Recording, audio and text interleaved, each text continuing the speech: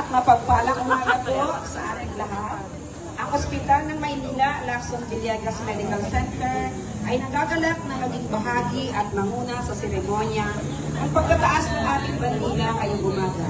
Palubog naming inaanyayahan ng lahat na makiisa sa ating programa.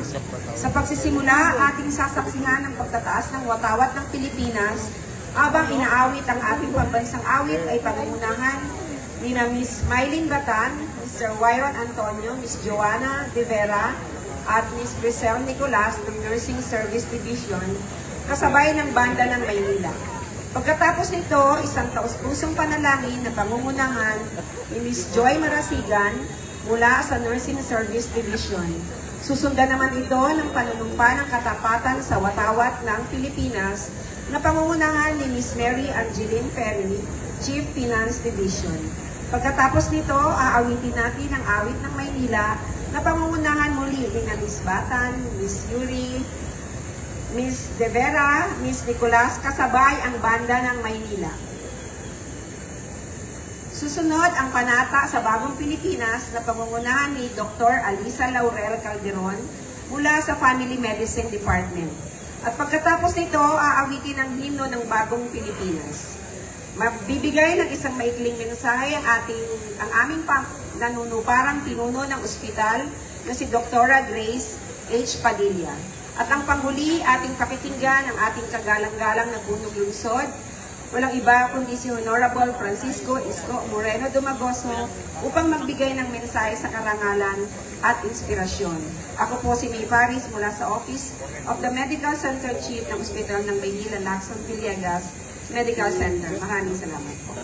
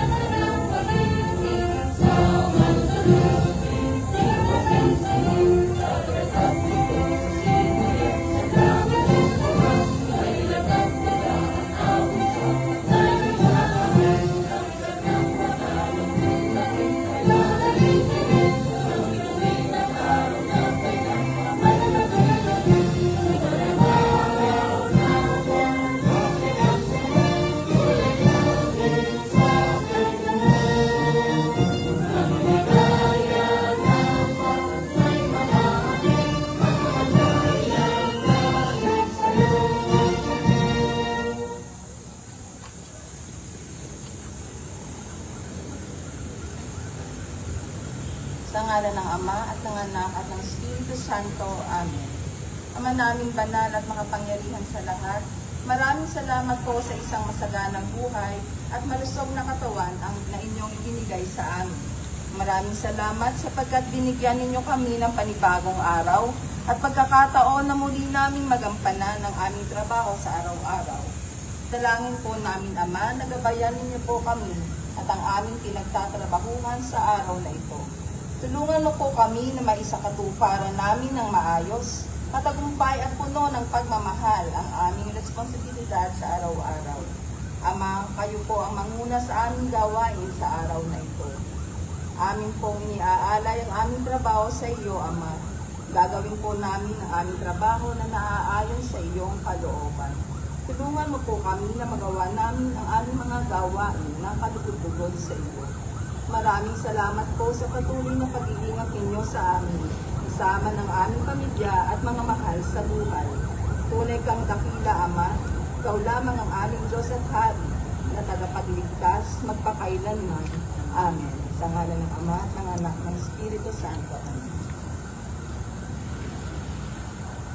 Itaas po natin ang ating kanang kamay para sa panunumpa sa watawat ng Pilipinas.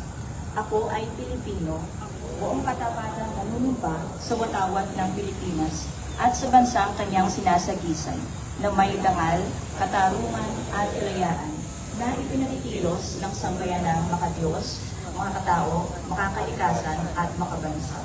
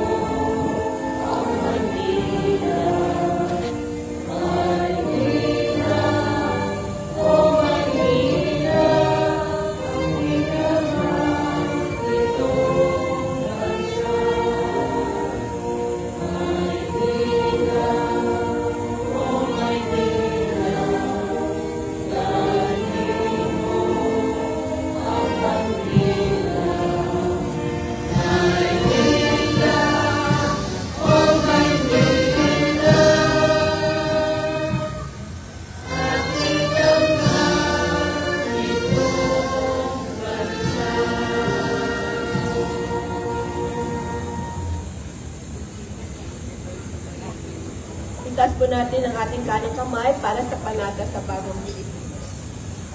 Bilang Pilipino, buong pagmamalaki kong isa sa buhay ang bagong Pilipinas. Buhay sa aking dugo ang lahing dakila, magiting at may dangal. Ang laging dadalhin sa puso, isip at diwa ang aking pagmamahal sa kultura at bayang sulimanan. Kaisa ng bawat mamamayan, iaalay ko ang aking talino at kasanayan sa pagpapaunlad ng aking bayan. Taglay ang galing na naayon sa mga pandaigdigang pamantayan. Magiging instrument ako sa pagsulong ng kagalingan, karunungan at kapayapaan. Makikiisa at makikilahok ako sa mga adhikain ng pamalahan dahil ang kaunlaran ay hindi lamang responsibilidad ng iilan. Isusulong at pangalagaan ko ang karangalan, kalayaan at interes ng aking bayang minamahal. Bilang Pilipino na may pagmamahal, pakialam at malasakit, hindi makasarili, kundi para sa mas nakakarami. Tatahakin ko ang landas tungo sa isang bagong Pilipinas.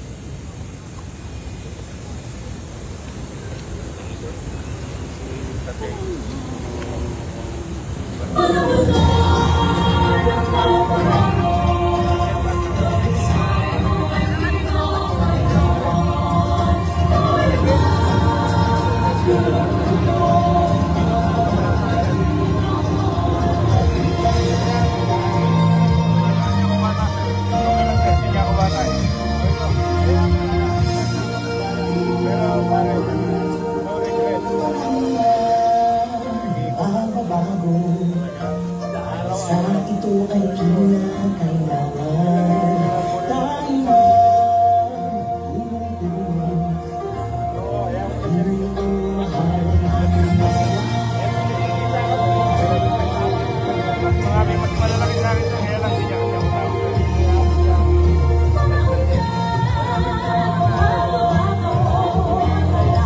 Ayos ang mga dapat ayusin.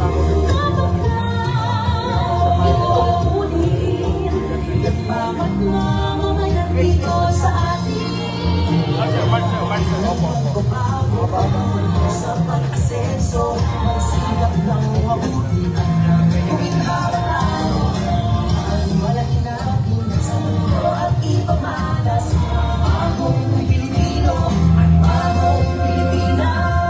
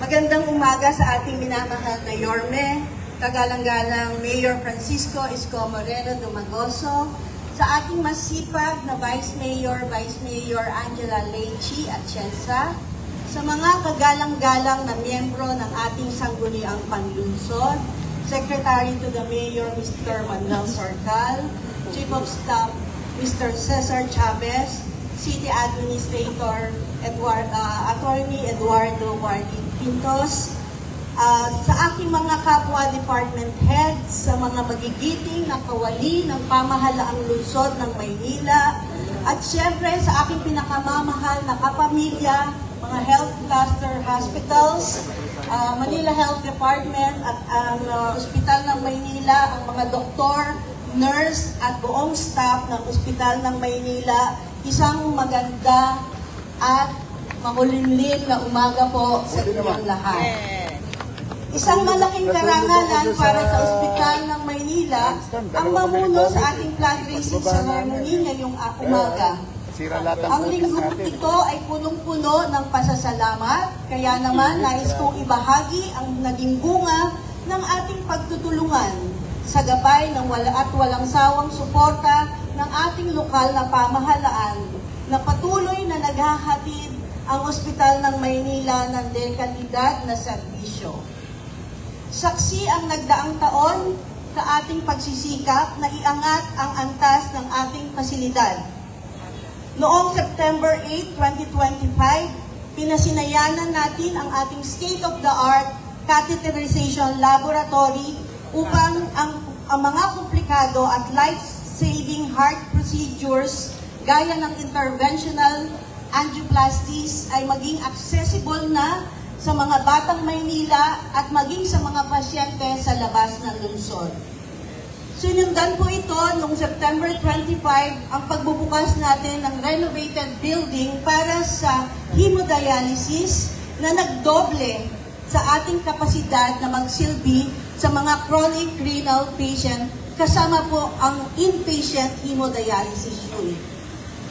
Nito lamang pong nakaraang June 1, 2026, formal din nating binuksan ang ating overhaul na emergency department. Ito po ay meticulously engineered para sa modern biosafety na may high-grade antibacterial vinyl chlorine, antibacterial paint, at mas pinalakas na emergency minor operating room para sa ating mga bedside intervention. Patunay na elite ang antas ng ating serbisyo. Matagumpay naming naipasa ang ISO 9001-2015 Surveillance Audit noong June 10, 2026 upang mapanatili ang ating world-class standard.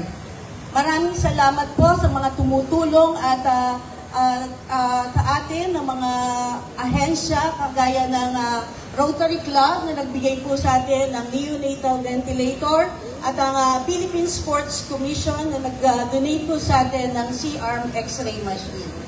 So hindi lamang po sa mga gusali at kagamitan nakikita ang ating tagumpay, kundi maging sa parangal na iginawad sa atin ng iba't ibang ahensya.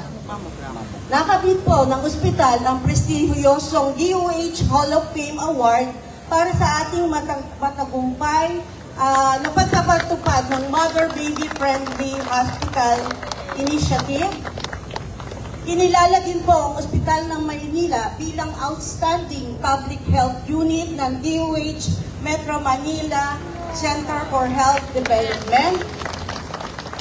At hinirang din po na PhilHealth Yakap Champion para sa pagtatala ng pinakamataas na bilang ng first patient encounter. But there's more. Bukod dito, noong January 12 po, pinarangalan din ang Ospital ng Maynila ng City Government ng Gold Recognition Award para sa collection efficiency dahil sa pag-aabot ng record-breaking na 272.4% revenue collection efficiency para sa PhilHealth hospital charges. At dahil dito, tagumpay na nabawasan natin ng 10% ang financial burden ng local hospital appropriation ng lungsod. Dagdag pa rito ay muling nakamit ng Ospital ng Maynila ang 4-star sa Green Viability Assessment ng Department of Health bilang pagkilala sa ating makakalikasang pamamaraan. At ang lahat na ito ay hindi magiging posible kung wala ang iyong walang sawang pagtitiwala sa mga sipag ng bawat kawani ng Ospital ng Maynila. Palakpakan po natin sila. Asahan niyo po na ang buong Ospital ng Maynila ay mananatiling tapat sa panata nitong magbigay ng kalingang may malasakit at serbisyong may kahusayan. Maraming salamat po at mabuhay ang lungsod ng Maynila. At sa pagkakataong ito, para po sa kanyang lingguhang mensahe, narito po ang ating pinakamasipag na punong lungsod, kagalang-galang Yorme Isko Moreno Dumagues.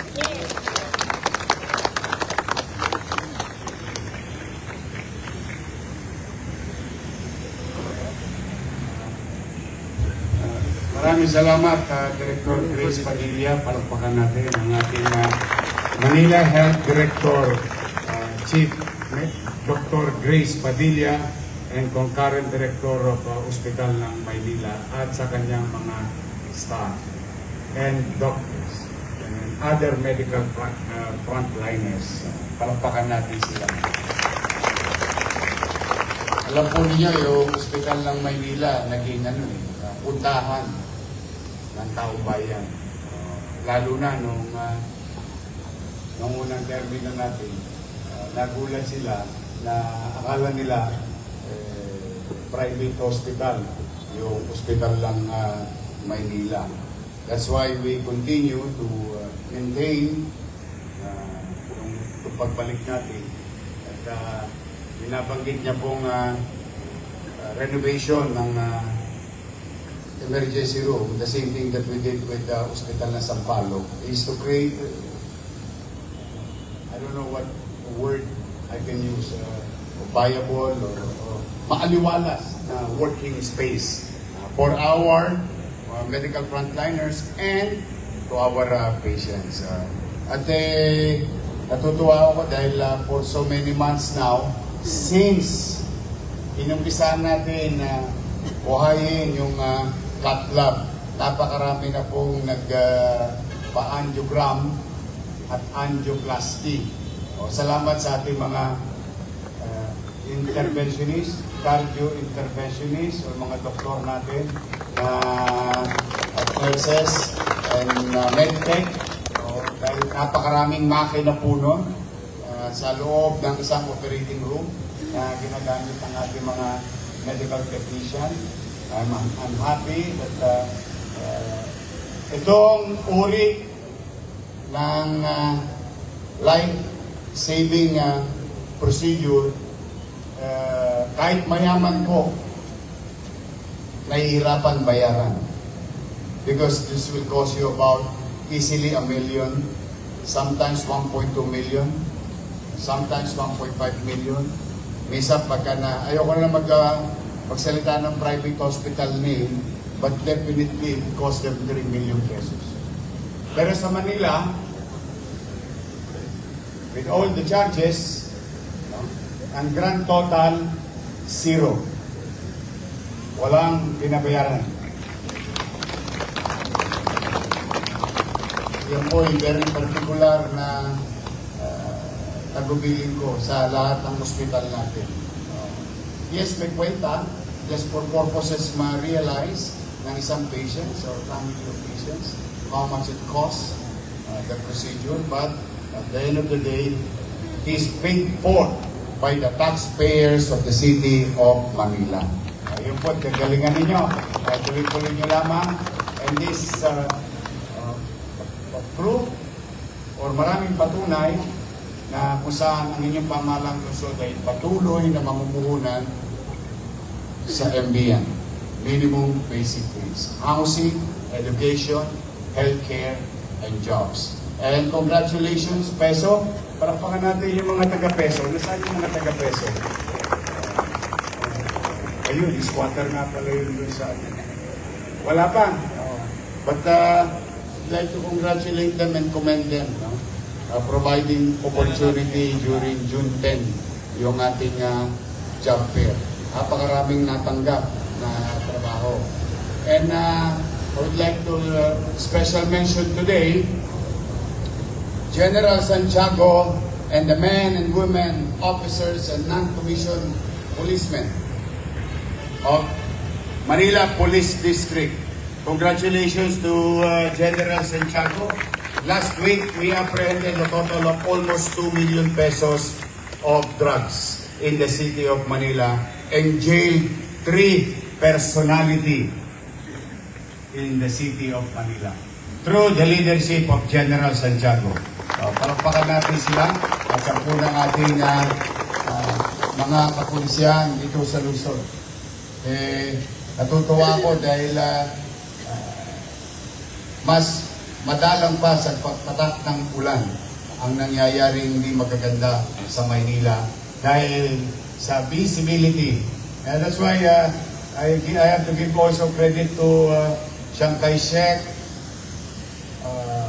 FFCCCII for their donation.